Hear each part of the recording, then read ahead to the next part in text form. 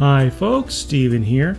So this is going to be another recap. I just did one last week and do another one this week. This time we're talking about side events at Pokemon North American International Championship 2022. So yeah, as per usual, I've got a nice little presentation to go over here. So let's go ahead and take a look at that quick. I'll also be giving some updates towards the end, talking about various little things, but let's see here, window.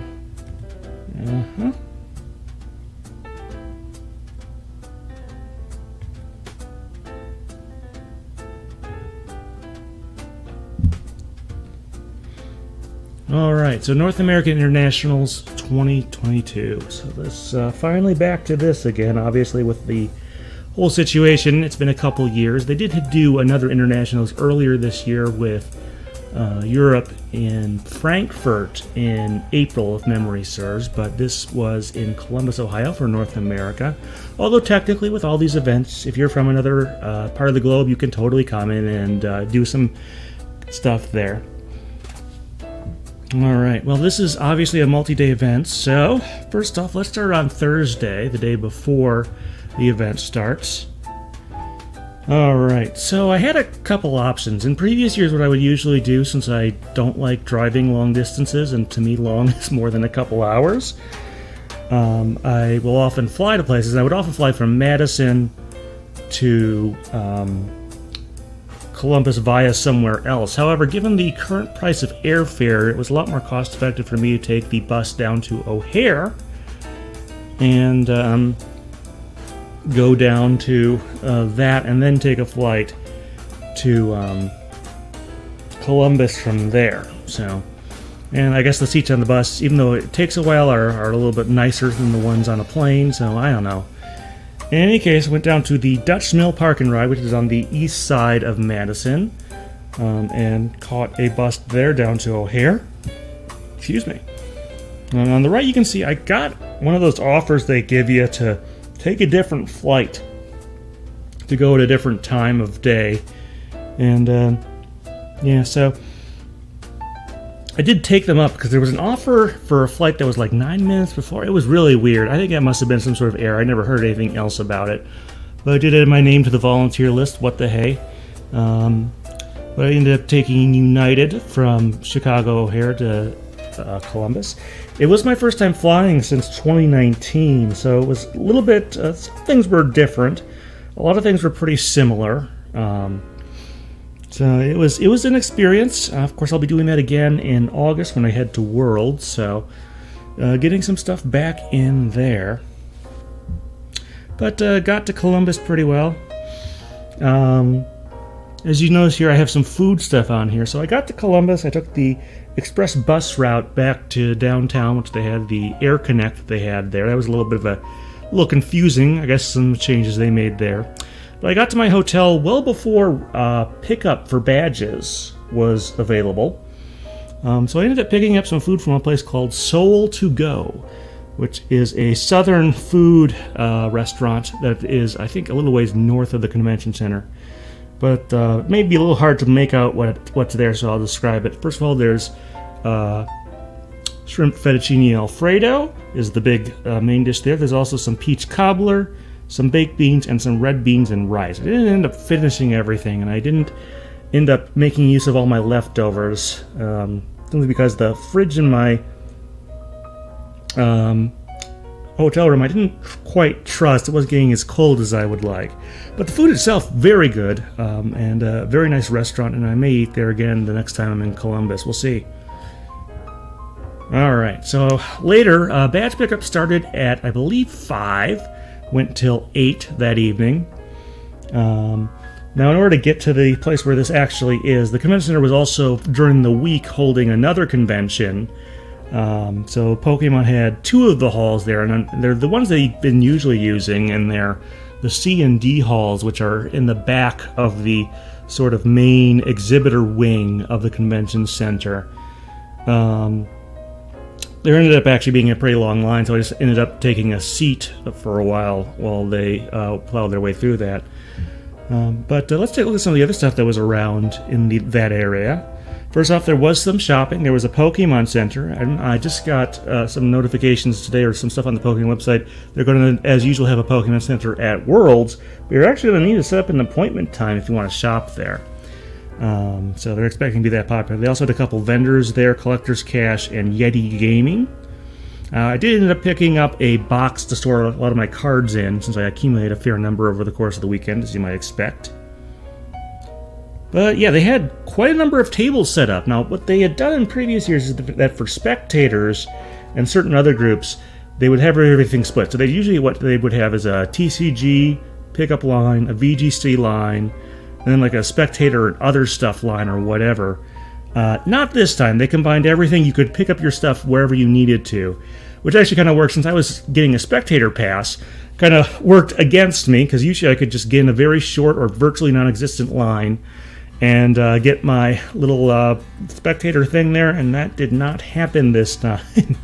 That was one reason I decided to sit and wait. But they did process people fairly efficiently through, in addition to what you see here, there's a couple more tables to the right in that top picture there. So they had a pretty good assortment of folks set to process these. The one problem I actually had is, apparently, I guess I'm the first spectator that came through the line of the person I ended up getting my badge from, which was a little strange because they asked for my player ID and couldn't look me up that way. It's like, well, I'm a spectator, and eventually they figured out, oh, they have to look up for your email address, which is what usually happens with this. It seems a bit odd after processing, I guess, what must be dozens of people, but I'm not super bent out of shape about it, but it would have been nice, obviously, if that had worked a little bit better. All right. But overall, the processing times were pretty good there. All right, so went back to my hotel room after that because there wasn't much else, and then slept and came back on Friday. One nice thing about doing side events, those start an hour or so after the main event gets going, so you don't have to get up at the earliest point in the, at dawn or whatever. All right, so first off, here's a sort of a wide-angle shot of the area. It's about the same size as what they did in previous years. I don't have exact event attendance numbers, which would have been nice, unfortunately. But you can see this is sort of the part of the side event area, these blue tables here. Actually, I think no, I think these are, it's a little hard for me to tell from this perspective, but I think we actually, now that I think about it, yes, these actually are part of the side event area, but I'm not 100% sure. In any case, you can see there's more decorations than you would see at a regional. There's the inflatable Pikachu hanging from the ceiling. There's also another inflatable Pikachu over, if you look on the, if you were able to see further on the left there. It's nice to see some of the decorations for the Sword and Shield generation. Since we've had that big hole where there weren't any events, we didn't get to see much of the decorations. You look on the far right, you can see a Wooloo over there and stuff. But so they had a nice little assortment there. Take a look at a few things in the main hall there. First off, they had a couple of these displays. They had one for Brilliant Diamond and Shining Pearl.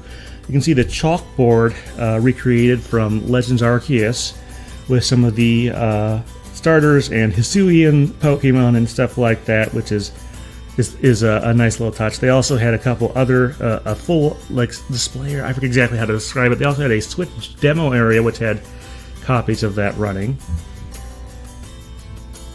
Here on the top, you can see sort of the event management area where a lot of the officials and stuff hang out in between stuff. And then, of course, on the bottom, you can see all the staging areas. They had 3 or 4 of those since there were like a zillion competitions like trading card game, video game, Pokemon Go, Pokémon Tournament, and Pokemon Unite. I think they must have done something there. I forget exactly what it was. So a lot of stuff out there from what you can tell. And it takes a lot of folks to do this, so much appreciated there. Alright, but I'm here for side events, not terribly interested in the main events. Nothing against it. If that's what you were there for, good for you. And congratulations to the top finishers and whatnot. But anyway, this is what's called the prize wall and has a bunch of different things you can exchange tickets for. You can see they have a lot of plushes there, some figurines. Like the lowest price item are 10 points for a booster pack, so that's how you sort of finish out whatever you have in there. I'll talk about what I got at the end here, but you can sort of see they have a decent assortment. Alright, so what did I do for side events on Friday? So Friday, I decided to do a couple build-in battles. I did the first 2 of those, and those were using the Astral Radiance set, which is the newest set out so far in the West. And these work pretty much the same as the other build-in battle. If you've been to a pre-release, you know what to expect here. You get a 40-card deck and then some boosters, and you put it all together to make something that hopefully is that goes there. I did pretty well in these. I was 3-1 in both of those, which netted me 100 tickets each time. But even by the end of Friday, they were saying, yeah, we're not sure how many, we have that many of these left. We got more folks than we expected. I don't know if someone just didn't order enough, or they were otherwise supply constrained, or whatever on the truck or whatever, but it turns out they needed a lot more than what they got there, so they were pretty much out by the end of Friday. So kind of feel bad for folks who were looking forward to this, and if they didn't get as far as they wanted in the main event and had to settle for what's coming up later, which I'll explain. So yeah, but overall, really enjoyed myself there. Alright, so for dinner I ordered from a place called The Naked Bird. So I have some seltzer up there, and then I have some, let's see, buffalo boneless wings over on the right, and I have some sweet potato fries on the left. Unfortunately, I didn't have quite room for the sweet potato fries, and going back to that refrigerator thing, I wasn't super confident it was keeping things cold enough, so even though I had leftovers, I didn't end up eating as many of those as I would like, I guess. Oh well, such is life. Alright, let's move on to Saturday. Alright. So you see I have this little Ditto ticket here. So what is this? Well, like I said, they ran out of the, whatchamacallits, the build-in battle boxes on Friday, so they had to do this other format that just uses booster packs, and it's called, I forget, the Ditto, the 4-pack Ditto or whatever they want to call it. But basically what it is you get 4 packs, you build a 30-card deck out of that plus basic energy, and you use basically what's called Ditto evolution rules or mutant evolution rules. Basically, any basic can evolve in any stage 1 or potentially directly into a stage 2. Now, kind of unfortunately, they were a little unclear about the rules about deck building and how the mechanics work and whether you were limited as to how many Dittos you could use, because they gave us 3 cards for it that look like this, these little ticket things that we're supposed to use. I'm guessing that, like I said, that they ran out of this and had to go to this earlier, but to be honest, kind of a general theme was that the side events weren't as well, people weren't on the same page as much as I would have liked. They didn't use the pager system, which wasn't as necessary since a lot more of the events that I went to at least were scheduled, but they didn't use the pager system for regionals in Milwaukee the weekend before, for on-demand events as far as I can tell, so I don't know, but I didn't have as much luck in these Ditto events. In fact, there's one on Sunday where I actually went 0-4. I had particularly bad cards, and maybe I could have made something a little bit better, but yeah, so for whatever reason I didn't do as well on these, and I'm not sure exactly what it was, but still had fun and met a lot of folks. That was kind of my main goal there. Oh yeah, Saturday. Busy day, actually, because it's also Pokemon Go Community Day last Saturday. And, of course, it was the Dino, Dino Community Day. And you can see Field Notes Dino. So I'm not sure, they didn't come up with a punny name like they have for some of these other ones here, which is kind of too bad. But it runs from 11 to 2, as usual. You can gift it. But I did take part in that, and I have some thoughts on it, which we'll go over somewhat briefly.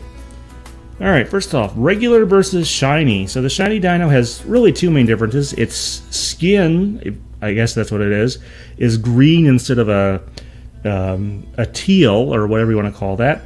And the spots on its mane are a little bit differently colored as well. They're more of a purple than a red.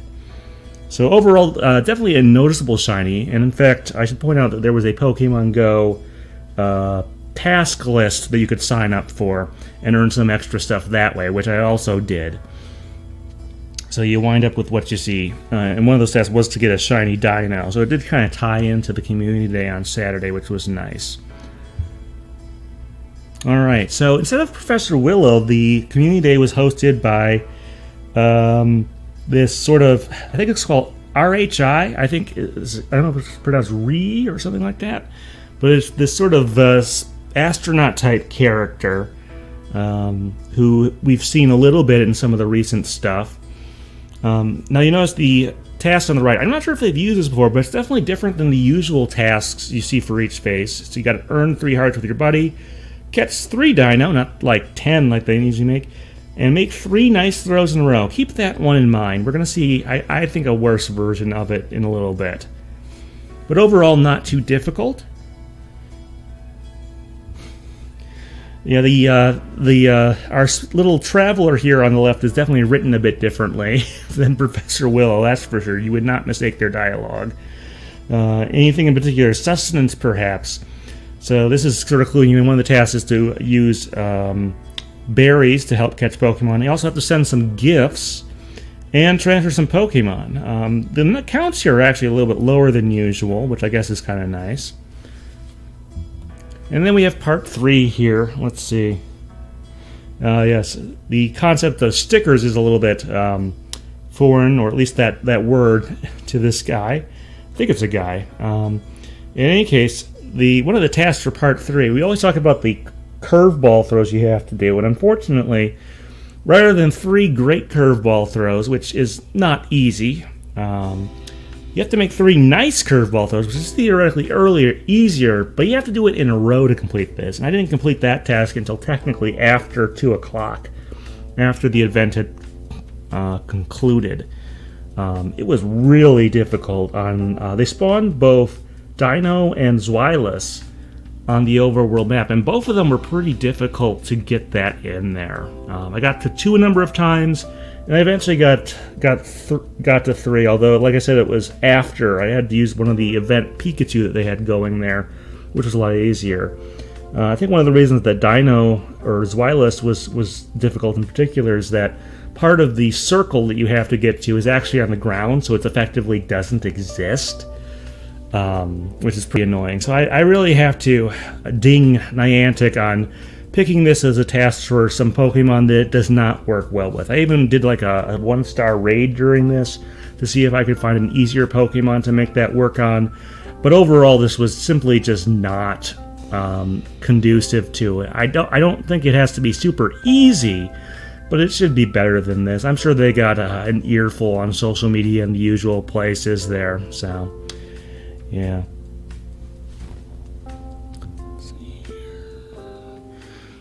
But in any case, just adjusted the mixture a little bit there.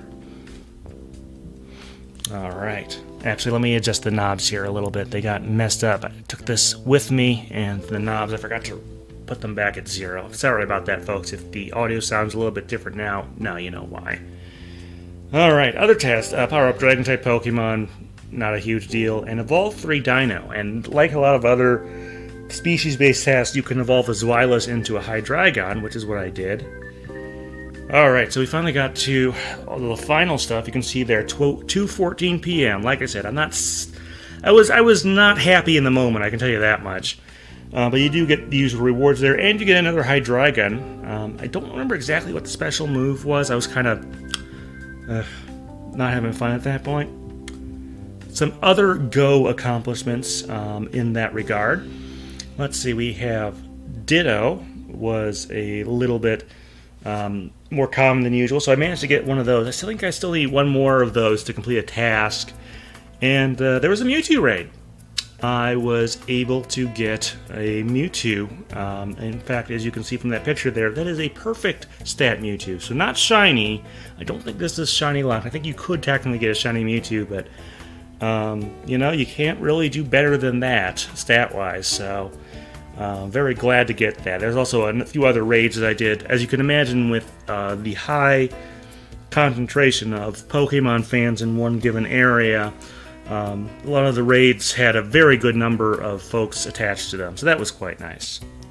Hey, speaking of Mewtwo, apparently they were showing Mewtwo Strikes Back Evolution at this thing. They weren't pushing it as hard as, say, back in 2019 when they were showing... They just showed the director's commentary version for some weird contractual reason, but they just showed Detective Pikachu at Worlds 2019 in DC. Here they were showing Mewtwo Strikes Back Evolution, which I think was probably not a great choice since this remake is over 2 years old at this point. They really probably should have been showing, like, Secrets of the Jungle, since that's, like, the most recent one, and, maybe some other stuff, too, to fill it in. So do not take this as scientific, but I did look in the room a couple times, and there were people there sometimes, but I had no trouble snapping this picture of during a showing. I really swear this was during a showing, and there's no one in there. That's, like I said, for a variety of reasons. One is that this remake is over 2 years old, so sort of the hype has passed. Secondly, I think there's a very much a meh feeling about this remake, and people don't feel a need to see it again. And of course, we've sort of talked about on previous some of our podcast episodes regarding this. Some of the things we didn't, Ann and I didn't find super enjoyable, or maybe kind of liked. I don't know. It just, I'm not totally surprised that it didn't seem to attract a lot of folks. All right, what else? I did do some other stuff there. There was a Pokemon Snap competition, specifically a new Pokemon Snap competition. So first off, you had to... The way it worked is they gave you a booster pack for your $5. Excuse me. And you had to pick out one of your cards there and find them in the game and take the best photo you could. Not sure there was really a prize. I did have the highest score when I reported this. This was a Combi 1-star with 4,169 points. So you can see I did a fairly good job there. I think the maximum is somewhere around 5,000 is like the theoretical limit. Like I said, I don't know what it takes. But you can sort of see that there. Alright, so for dinner on Saturday, Mi Tradicion Authentic Mexican Restaurant. Hopefully I got that relatively close. But basically, yes, this is a Mexican restaurant. I got shrimp enchiladas and rice. I also got some fried ice cream that I did not need. I also got some chips that I never ate. I usually try to ask not to have chips when I go to places, but to Mexican restaurants anyway, just because they're just kind of filler. So yeah, but you can sort of see here, pretty good food there. So yeah. All right, Sunday. Let's see. More Ditto. So I managed to get into one more of these. Let's see, maybe two. No, I think it was two more of these while I was there. I'm not entirely sure. I'd have to double check. But one or two more of these. And like I said, this is also the one at the end of the day where I went 0-4. You still get 10 tickets off of that, so thanks. But that last one in particular, I got like no Vs, not much in the way of anything in combinations. I'm not surprised I did poorly. I'd hoped I would in at least one game for my ego. But that last one did not go so well. Here's what I used my tickets on. Here's what I redeemed. First off, I got a Nintendo Switch case. This is actually for my mom. Earlier this year, as sort of a retirement gift for her, I bought her a Switch Lite, which this does fit. It fits both the full size and the Switch Lite there in that case, so that's for her. I also decided to get her, since I gave her a copy of Let's Go Pikachu, figured I might as well get her a copy of the book. I technically would have preferred to actually get her something like Brilliant Diamond and Shining Pearl, since those seem to be a little bit better, but or a little bit more suited for her. Not that she's a huge Pokemon game fan or anything like that, but unfortunately their selection of games was actually kind of small. For some reason they seemed to be missing. They just didn't have much to choose from in terms of actual video games you could buy with tickets. Not sure why that was. Also got a Galarian Ponyta plush, and spent my remaining 70 points on booster packs. So that was kind of what I got there. Alright. As far as dinner that night, I got a sushi place called just Yoshi. Very short name there. Yoshi is a Japanese word. It's not just the name of the dinosaur in the Mario games, but it is like a Japanese word, although it's usually like combined with like other stuff in there or whatever, like other syllables and stuff like that and sounds. Over here you can see I got some appetizers as well as, let's see, tempura shrimp rolls, some California rolls, and a smoothie, which was kind of one of the things that attracted me to this restaurant. It is kind of nice that some of the things are labeled, which is kind of interesting. Don't usually get that from other sushi restaurants they order from, but overall pretty good there. Alright, here are some notable pulls. Not sure I was as interested in some of the stuff in these sets, although I did like a lot of it and playing through a lot of it. But first of all, we have this Golduck on the left. The Entangled Dive is interesting, the way it just basically discards both Golduck and the opposing active Pokemon, so that's kind of an interesting thing. I didn't get to play that, but someone did use that against me. Next up you have Bronzong. There's two different arts. This is obviously the, I don't know if it's technically qualifies as full art, I forget exactly where that is, but it's got Jasmine on it. And it's got that great ability. One thing I forgot to mention with the Ditto battles is that basic energy provide one unit, but it is of all types, and thus Bronzong's ability lets you move any basic energy around anywhere on the board, making it extremely powerful. So in the Ditto thing where I got it, at least one of them, I did a little better in that one. And then you have Weirdeer, one of the new Pokemon from Legends Arceus, and it's got the ability, once during your turn you may draw a card, and of course Extrasensory, if you can match the cards in your opponent's hand to yours, so if you have the same number basically, you do 80 more damage, so 120 for 2 energy, so neat little stuff there. Okay, Monday, I had to travel back from this, and so unlike Milwaukee where I took the bus back on the last day of it, here I stayed the night and left back on Monday. First off, I ended up taking a bus ride that was longer than I anticipated. So let me sort of explain what happened here. So for some reason, the Air Connect did not run on Monday. It says it's supposed to run like the day after a convention, but I guess they did, I don't know, that applied to like the other convention. It didn't seem to apply to the Pokemon convention. So after realizing that probably wasn't going to come around, I decided to take a different route, which supposedly went to the airport, and it does go kind of near it, but you still have to walk a ways, I guess. And at the end of when I finally got to a transfer point, I said, this goes to the airport, isn't this? Like, no. So I ended up taking another service called Coda Plus. COTA is the name of the transport service, but it's usually pronounced Coda in Columbus. And that was actually relatively convenient. I took that over to the airport for a couple bucks, so certainly cheaper than hiring a cab or a Lyft or whatever. But here's some nice place in the Columbus area. I got to see a lot of the city, different neighborhoods and stuff, so something of an experience, I guess. It's certainly cheaper than that time when I was in New York City on a business trip and decided to head over to Brooklyn to record that episode of WTPT where I spent $200 on a cab or whatever. This was a lot cheaper than that, but I did get in there in plenty of time to get to the airport. And yeah. So, got to the airport a little before noon, I think, so that gave me plenty of time to get to my flight. And it was back to the Dutch Mill Park and Ride after I landed in Chicago. So, yeah, a pretty standard trip there. Okay, overall thoughts. First off, side events definitely needed to be more organized. I wish they had a QR code there for a survey they wanted to take. And unfortunately, I did not take advantage of that, so I feel a little bad about that, but definitely needed more planning and execution in terms of, what the events are and an explanation and stuff. Let's see. As far as going on to Pokemon Go, unique tests, and not all of them worked out so great. Like I said, consecutive curveball throws are a problem, especially, like I said, nice curveball throws in a row. I think I've also seen a task at some point, not for a community day, but just in general for like 5 great curveball or something like that. I mean, that was, or 5 great, I don't know exactly. And sometimes you have to make an excellent curveball throw for like some of the legendaries to trigger that. So, yeah, curveball is still the sort of bane of the Pokemon Go experience. But overall, I really did enjoy this weekend. It was fun to get out there. I'm looking forward to going to London in August for Worlds and playing in side events there. So, yeah, that is sort of the gist of it.